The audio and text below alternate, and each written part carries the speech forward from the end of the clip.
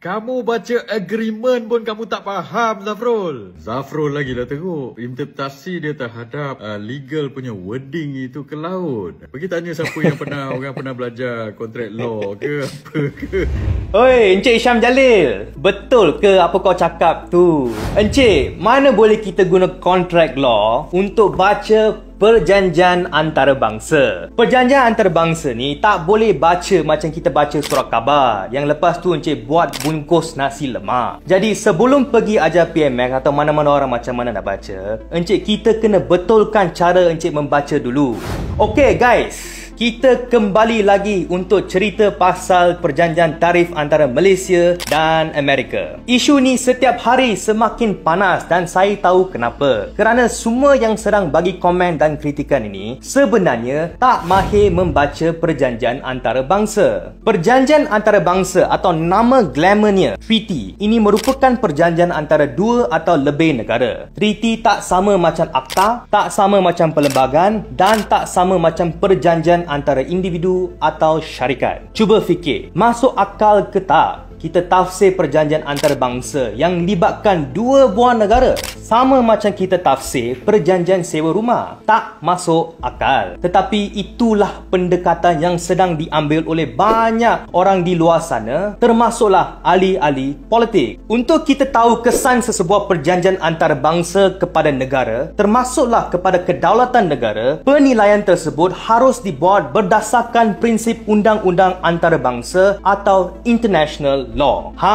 Macam mana itu? Mai aku tunjukkan. Untuk baca perjanjian antarabangsa, kita kena rujuk kepada Vienna Convention on the Law of Treaties 1969 atau Convention Vienna mengenai Undang-Undang Perjanjian Antarabangsa 1969. Dokumen inilah yang bagi tahu kita macam mana perjanjian antarabangsa berfungsi dan macam mana nak bacanya. Di situ, artikel 31/1 menyatakan bahawa sesebuah perjanjian antarabangsa hendaklah ditafsirkan dengan niat baik selaras dengan makna biasa yang diberikan kepada istilah-istilah dalam perjanjian antarabangsa tersebut mengikut konteksnya serta mengambil kira objektif dan tujuannya. Maksudnya apa? Pembacaan treaty itu bukan straightforward. Ada banyak perkara kita kena pertimbangkan sebelum tujuan atau impak atau kesan treaty itu kepada negara boleh ditentukan dengan tepat. Kenapa? Kerana treaty melibatkan kepentingan berbeza bagi dua atau lebih negara. Kalau ayatnya sangat tegas, kalau tiada ruang untuk bernafas, terutamanya untuk perkara-perkara sensitif seperti keselamatan negara dan ekonomi, maka tiada negara akan masuk perjanjian antarabangsa untuk bekerjasama antara satu sama lain.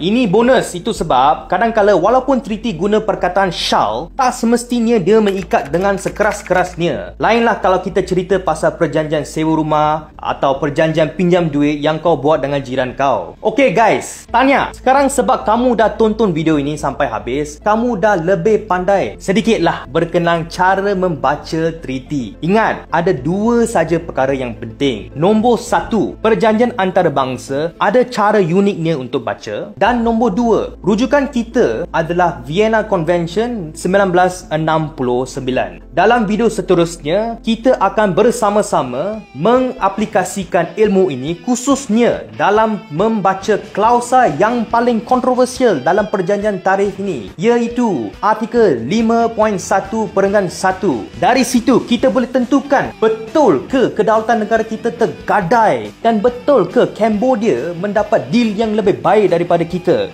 Jangan lupa follow dan share. Jumpa di video seterusnya.